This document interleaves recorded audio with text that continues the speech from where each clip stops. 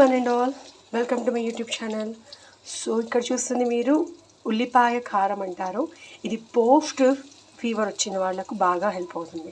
ఎందుకంటే దీంట్లో ఫీవర్ వచ్చి తగ్గినప్పుడు రుచి చాలా తగ్గిపోతుంది. అండ్ ఏది తినాలి ఎలా అన్నప్పుడు కొంచెం ఇలా కారంగా తింటే బాగుంటుంది. ఎస్పెషల్లీ ఇది కఫం ఫ్లమ్ అక్యుములేట్ అయ్యి ఇరుక్కుపోయినప్పుడు, ఇంకా తల హెవీనెస్ ఉన్నప్పుడు ఇది హెల్ప్ చేస్తుంది. ఇదేం ప్రత్యేకమైన ఫుడ్ అయితే కాదు. చాలామంది పాతకాలంలో పెద్దవాళ్ళందరూ ఇది చేసేవాళ్ళు. ఎలా ప్రిపేర్ చేస్తాను జనరల్గా చెప్పేస్తాను. 2 ఆనియన్స్ తీసుకొని తగినంత కొంచెం ఒక 4 లేదా 5 మన వెల్లుల్లిపాయ రెబ్బలు లేదంటే వెల్లుల్లిపాయ ముక్కలు వేసుకొని దాంట్లో కొంచెం పప్పులు వేసుకోవచ్చు.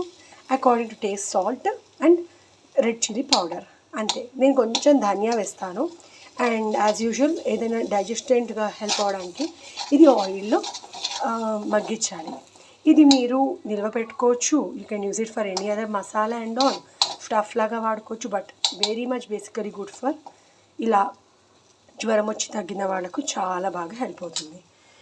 అండ్ డోంట్ ఫర్గెట్, ఇది నూనె జ్వరంలో ఉన్నప్పుడు తీసుకోవాల్సిన ఆహారం కాదు. జ్వరం తగ్గినప్పుడు కంప్లీట్గా నోరు ఇంకా విసుగ్గా అనిపిస్తుంటుంది కొంతమందికి. యాసిడిక్ నేచర్ ఉన్న వాళ్ళు కూడా ఇది కొంచెం కన్జ్యూమ్ చేసి రైస్లో మిక్సప్ చేసుకొని తినాలి.